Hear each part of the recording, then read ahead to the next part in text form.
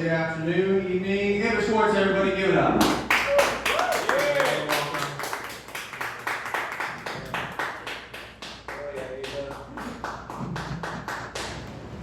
Hey, we were talking about polyamory. Here's I got 2 kids, and I would prefer polyamory or something to an affair, because it's like, okay, if you're gonna fuck this chick, can I get childcare? Can we work this out? Can you watch the children? I just want to save my, because I think of like my grandmother. And my grandmother was out running around, and she kind of knew it.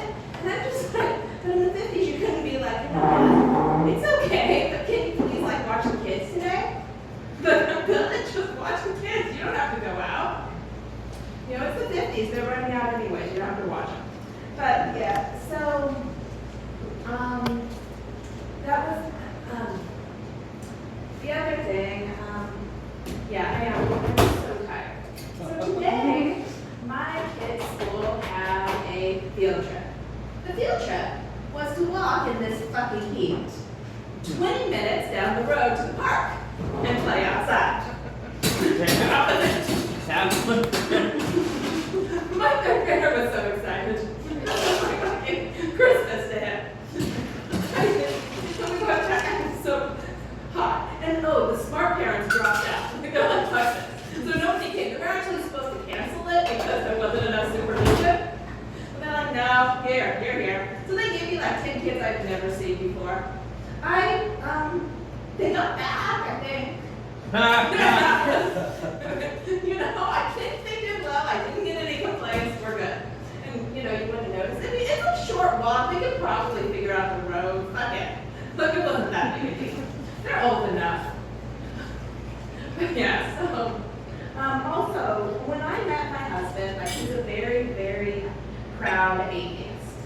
And my mother was like, you know, I think, don't worry, when he has a child, when he sees a child born, he's going to believe in God. And I was like, fuck this. This man is not great, but he's been in the car with me driving. I've been pulled over twice for drunk driving 100% sober. Yes. And so, and then, you know, and Brent, like, he does, when I did have a kid, he goes, no, like, having a baby, this isn't like if you're, like, like they say, God doesn't make mistakes. It's like, God never played that little toy, you know the toy game where you put the little stars and shapes in the hole? If you look at the size of a baby's head and the size of your pussy, God didn't know. God did not understand. And then it sort of does become just like the kid gets the size wrong and just starts banging it like it's going to work. Yeah, that's kind of, it either rips the shit out of everything, breaks the fucking toy, it's no fun. Or, you gotta cut it out and go out the other way. You gotta open the door. And that's what I find. Also, people who do it, they go, you never want to see a partner have a baby because it's like destroying your favorite restaurant. You know, you'll never want to eat there again. And it's like, you love it. It is like watching your restaurant get burned the fuck to the ground. And then the next day, serving hamburgers. Because do you know how many women get pregnant before their first postpartum visit? That's it. That's before anything gets sewn up. They're pregnant again. That's the worst feeling ever. You think at 16 you're sad, but you can be 30 like, oh fuck, that thing needs to go. So yes, I'm having fun joyous time with kids. And don't worry, it only gets worse. Like, I think of this. I guess I've been thinking, because I've been dealing with postpartum, like, I've been thinking about my postpartum now, because I'm older, and it doesn't count now, it's just being crazy. But, you know, when I had my first baby, I was like, I have fucking failed.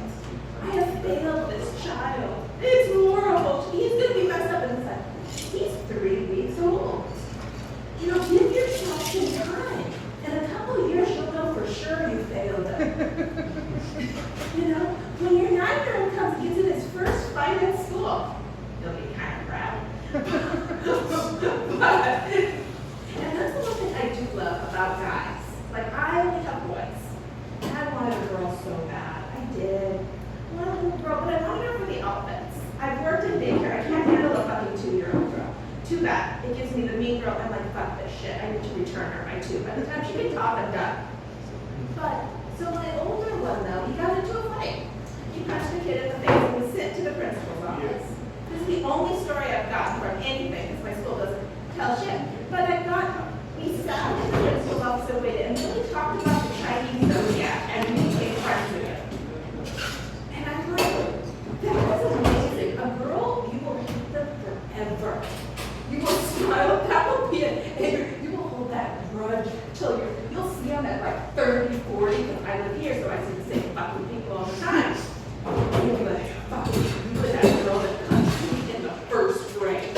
I hate your guts. So I'm very proud of my little one. And then, yeah, also, by the way, you know that period in your life that you're really fucking embarrassed of? Like in this, please for me. If you never leave SAC, that's still around. I ran into the guy at the fucking stand-up last week. It was like, who are you? Oh, yes, you were the guy who fucked my friend in the back seat while I had to drive around. I was trying to run out. And the thing that pisses me off is that he owned this fucking coffee shop and it was his girlfriend who ran it. She was so pissed, we both got banned from the place. I was like, I did nothing wrong. I tried to hit as many bumps as possible. Make no difference. I had to have a quick trip to the hospital, but you know, I did drop them off at the ER. She should have been happy. But no. She was like, yeah, you took my guy away from me. So yeah, and the girl's still my good friend. He was a wonderful guy though. It was funny. He invited her actually the night before his wedding to come and hang out. And then invited her, was kind enough to invite her to the wedding in the morning. She's like, no, that's going low. And they surprisingly are going through a divorce. I'm shocked. I was actually shocked it made it 5 years. I was like, shit, I thought that thing would be done in a month. But yeah, so that's, yeah, I don't know what else. I was just gonna, thank you. Any ideas? Sorry. Hell yeah. I think you did a great job with subtle pauses. Like I already told you before, last time probably like, you say something that seems so innocent, and then you say, man, I fucked the pussy, and it was so funny. It was so funny. And you said, God, the drunk driving shit, it's like, that was good. It was like a quick pop that like really, I think, risked the joke in the middle of like the drunk driving was so, yeah, that was I think you're getting a lot better. I like it. I actually enjoyed it. That was actually really good set. I don't have any criticism like that. I'm just saying, I just enjoyed the fucking Thank you. Except for when I walked out for like 45 seconds. It was and fine. then came That's back. what Lucy I'm talking about. Yeah, I was just happy that when I'm able to walk out and come back in and it's still like, okay, she's still on a good rhythm and she ain't losing it, that's still pretty good. Yeah. So fuck yeah, shouts out to you. Thank you. Thank you very much. Can I make a suggestion? Uh-huh. Or Chad, like you said, you could say something like the pussy size versus the kid's head size doesn't match. That's how I know God's a man, because he gets you know. Yes. That should You should write a joke about on how like even just for a good response on how you said hitting bumps, not just like that, even though you were hitting bumps in the road. Notice me and when I went right like that is because I was referring to kind of be like drugs wise because hitting bumps. So that's why I was thinking don't specify what kind. Be all like you don't know what kind of like there's many different avenues. You could go with that, but notice how you got a reaction out of me when I'm like, right. So that could be the same thing at a show with an actual crowd of people too. You can still get a good response out of that, and you can still play on those words like that because hitting bumps has so many different meanings to it that there's so many avenues that you could go with it. So I'd say you can focus on that too. That's just another little And that's something chat. I didn't do, but I'm just curious if it works, is like the difference is when you get a C-section, your stomach hurts, and you can explain it to everybody, like, hey, it's hard to say. And they go, the vaginal is easier. When your pussy gets ripped up, it's harder. It's harder to be like, I can't sit down. I can't. Like, no, See, you will never know. I mean, we might laugh. That's the easy way. We might laugh at it, but you will never truly know until you were in an audience. That's true. With people, because also comedy is very subjective. So what we might think is funny, you might not think is funny. So it's like how you just said that in the C-section. Me and Nate might not be able to relate to a C-section joke, but if somebody who has fucking it was pregnant, it was done on that thing full of ladies, a crowd of ladies, they're gonna understand that. They're gonna joke. They're gonna laugh at that. So certain things are certain measures. So also do what you think is right as well. Always remember that. Do what you think is funny on there. Because it doesn't matter what the fuck we gotta say. We can only give you tips and on what we think, but what matters is to the audience and what they think is funny. Thank you. Remember that. Sorry, I went on. That's